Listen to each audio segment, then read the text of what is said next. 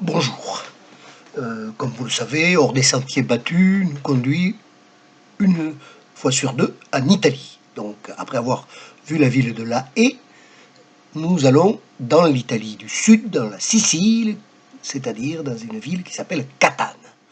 Voilà. Et qu'est-ce que nous allons voir? Eh bien, nous allons voir ce que j'aime bien voir souvent en Italie, sans être vraiment voyeur. J'aime bien fouiner sur ce qui est en dessous. Or, en Italie, on trouve souvent des constructions souterraines au fil des siècles ensevelies. Bon, à Rome, c'est quelque chose de très classique parce que, disons du XIIe au XVIe siècle, les grandes familles profitaient des ruines, à la fois en volant les pierres et en ne faisant pas de fondation, puisqu'on mettait à profit l'existence des fondations de ruines. Eh bien, à Catane, ces dessous architecturaux sont un peu particuliers, car ils ne sont pas dus à cet effondrement de ruines que l'on rencontre à Rome, ils sont dus à la dangerosité de l'Etna, qui est voisine. Alors voilà, Catane, c'est la deuxième ville de Sicile, et aujourd'hui, nous allons à Catane, donc non pas voir la cité de Carcassonne ou la tour de Londres, nous allons à Catane pour aller dans les dessous de Catane.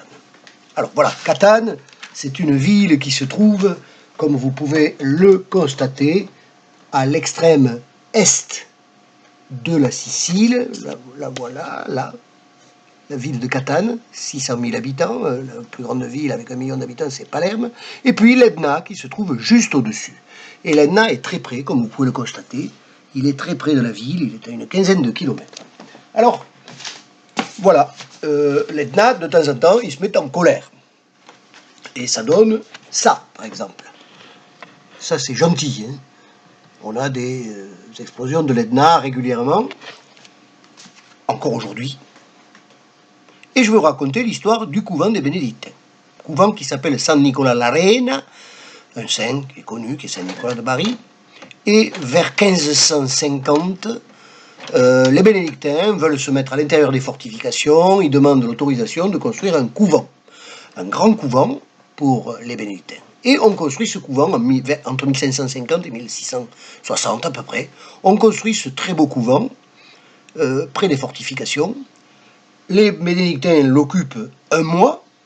Et puis, voilà qu'arrive en 1669 une coulée de lave qui fait 15 mètres d'épaisseur et qui contourne la ville par l'ouest. Vous voyez, vous avez la ville de Catane, ça c'est une gravure de l'époque, la ville de Catane, et puis l'ouest de la ville, une coulée de lave qui fait 17 km de long. En fait, elle démarre par des fissures de plusieurs kilomètres dans l'Etna, et ensuite elle descend, une des branches descend, et contourne par l'ouest la ville, protégeant un peu le bas, la partie basse de la ville, à l'est, et la voilà qui vient détruire ce pauvre couvent. Ce pauvre couvent qui avait été construit par les Bénédictins avec un certain coût, il est détruit. Alors il est détruit partiellement, donc on se dit on va rafistoler, mais bon le problème c'est qu'il y a toute une partie qui est engloutie sous la lave, on se dit on va reconstruire. Et puis, je passe sur les détails de l'histoire architecturale de ce couvent, mais en 1693, donc 1550 on le construit, 1669 il est enseveli partiellement sur la lave, en 1693 il y a un tremblement de terre qui détruit la ville de Catane. Alors, évidemment, on n'a pas de photo de l'époque, mais on peut voir par exemple sur cette image, cette gravure, comment sur les bordures, les murs s'effondrent, les fortifications s'affaissent, s'affalent, et finalement, tout est détruit. Alors, que font les Bénédictins? C'est un ordre assez prospère. Les Bénédictins décident de reconstruire le couvent. Et ils décident avec beaucoup de moyens, c'est un ordre prospère, ils utilisent, alors, destruction en 1693, la reconstruction au-dessus va se faire au début du XVIIIe siècle, dans les années 1700, début des années 1700. On fait venir un très bon architecte, Vaccarini, parce que c'est l'architecte qui a fait de très belles choses du côté de Naples, et la Sicile fait partie du royaume Bourbon dont la capitale est Naples.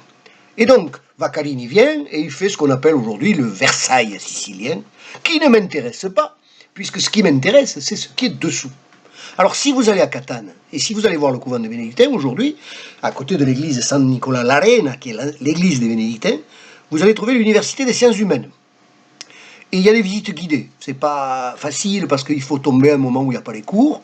C'est l'université, à quelques créneaux où on peut visiter l'université. Et alors évidemment, ils sont très fiers de vous montrer le Versailles, c'est-à-dire que c'est un couvent qui fait 250 mètres sur 150 mètres avec une façade néoclassique, fin de baroque néoclassique, 2 cloîtres comme celui-là. C'est monumental, c'est sans émotion.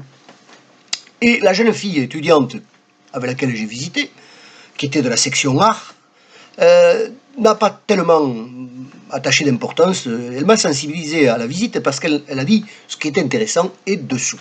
Et alors, qu'est-ce qu'il y a dessous? Eh bien, il y a, on a fait des excavations, on a le couvent qui n'a existé que 100 ans, avant que la coulée de lave vienne le recouvrir. Alors, c'est une coulée, il y a des bulles d'air, etc. Donc, tout n'a pas été complètement... puis c'est liquide, ça s'écoule. Mais enfin, on a cette double destruction en l'espace de 30 ans, la lave et le tremblement de terre. Alors, actuellement, sous l'université de Catane, sur ce département des sciences humaines qui est le couvent gigantesque construit au XVIIe siècle, eh bien, il y a le couvent enseveli. Le couvent enseveli. Alors, je vous montre quelques images, c'est pas facile, mais quand on fait la visite, là, c'est vrai que c'est passionnant. Vous voyez, par exemple, là, vous avez la cuisine de l'époque, hein, on est à 10 mètres sous l'université actuelle. Et on est dans le premier couvent, qui pourtant a été construit tardivement.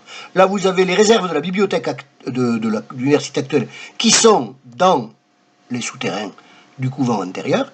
Et voilà une image qui montre qu'on a retrouvé même les carrelages de l'époque. Voilà, c'est un labyrinthe souterrain, peu utilisé, totalement secret, rarement mentionné par les guides. C'est vraiment hors des sentiers battus. Et la semaine prochaine, eh bien, nous sortirons de l'Italie, on ira faire un petit tour en Catalogne pour visiter un site pas très connu. En attendant, tous les hors des sentiers battus sont compilés sur l'archipel Contatane. Merci.